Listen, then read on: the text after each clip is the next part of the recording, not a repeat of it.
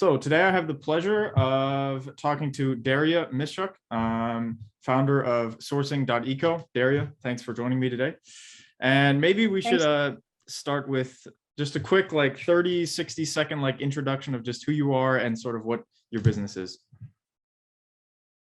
Yeah, sure. So my name is Daria and I'm from the Netherlands. I also lived in China for 8 years. And actually part of my life was also spent in Russia, in Siberia. I'm coming from Siberia myself. And this is where I think I got this passion for environment protection and sustainability. And eventually I moved to China and I worked in China in production, in sourcing, in compliance, actually. So we audited factories, we audited suppliers. We investigated how ecological they are, how, for example, socially, friendly they are regarding social aspects of sustainability. When I moved to the Netherlands, I made it my dream to make a one-stop platform for sustainable suppliers, because I know that it's been an issue actually for international importing companies with whom I constantly was in contact while working in China, attending a lot of trade shows. So this kind of brought up my passion and also my intention to build this marketplace for ecological suppliers in the first place, and also sustainable suppliers, sustainable manufacturers that can all be hosted at this one-stop platform, shown to buyers, and also eventually trigger suppliers to be more and more environmentally friendly, since they know that there is interest, there is a demand for ecological certificates, eco-label products, so that it can also push them forward to become more and more sustainable. Okay, great. And then I want to focus a little bit on just the story of Sourcing.eco, how it came to be. So where'd you get the inspiration from the start? Well, actually, it's a good question. And also, I would say that my inspiration definitely is coming from real talks to importing companies, real talks to decision makers in those companies, quite big companies that were sourcing from China. And actually right now we're launching this script that buyers, like anybody who want to import from Asia, they can actually run this background check on our website for free on our platform. From those conversations with those buyers, that was definitely something interesting for them. Plus, when talking to me, we were talking, of course, about sustainability in production, sustainability in sourcing, and their biggest challenge would be where to find, in a very kind of low budget regarding the the sourcing process, the procurement process, where to find those factories, how to make sure that they are reliable and also sustainable. There's so many suppliers these days who say that, yeah, they are sustainable. I mean, everybody knows about greenwashing, but where to find really the factories that can show and prove that they are sustainable. Wonderful, yeah. And then as you were, starting this company, how did you build your team? So how did you find your co-founder?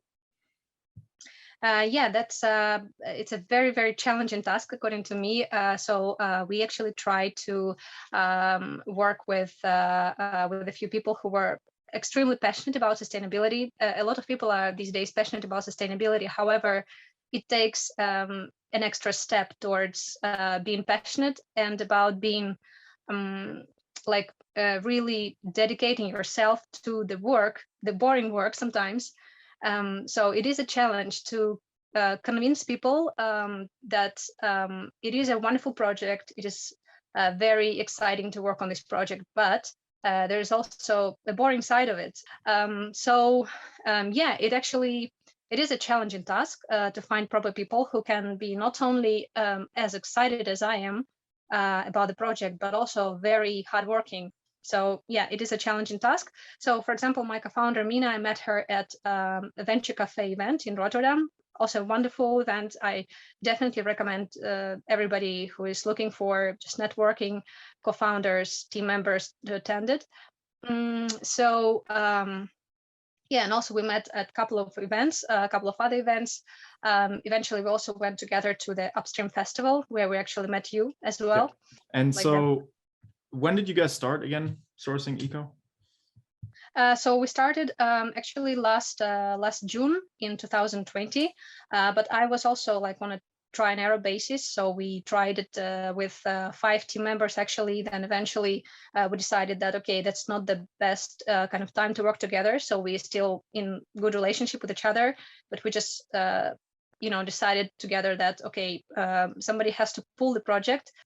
It's obviously invaluable, the lessons that you can learn from other entrepreneurs' mistakes. So what do you think so far has been your biggest business mistake? And it doesn't have to be with Sourcing.eco. It could be with just any other entrepreneurial ventures that you've tried.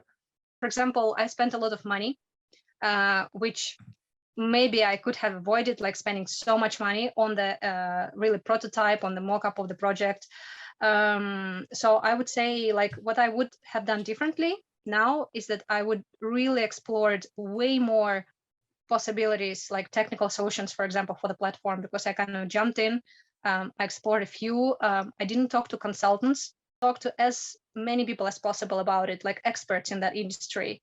Like if you want to start with Magento, go talk to, like spend money on talking to those people who already work with Magento, with that technological solution, rather than spend money on development itself already.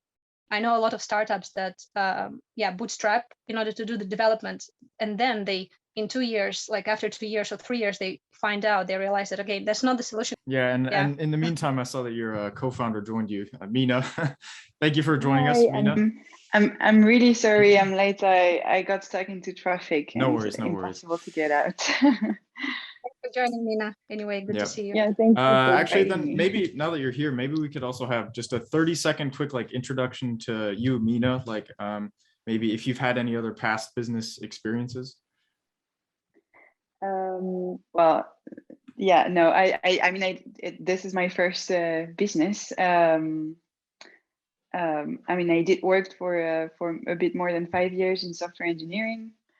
And I've watched like startups growing a bit. So my blog is also focused a lot about emerging technologies, and I was just wondering if you guys had any thoughts on using blockchain to like verify the sustainability of certain suppliers, because I've heard that idea brought up, and I was wondering if Sourcing.eco had any ideas maybe related to that. In the very, very beginning, I also discussed with founders of TraceLink. It's called TraceLink, another solution that actually uses blockchain in order to verify certificates of basically a lot, like various companies all over the world, not only focused on Asia, because our platform, I'm not sure if I mentioned about it, it's more focused on Asian sustainable suppliers.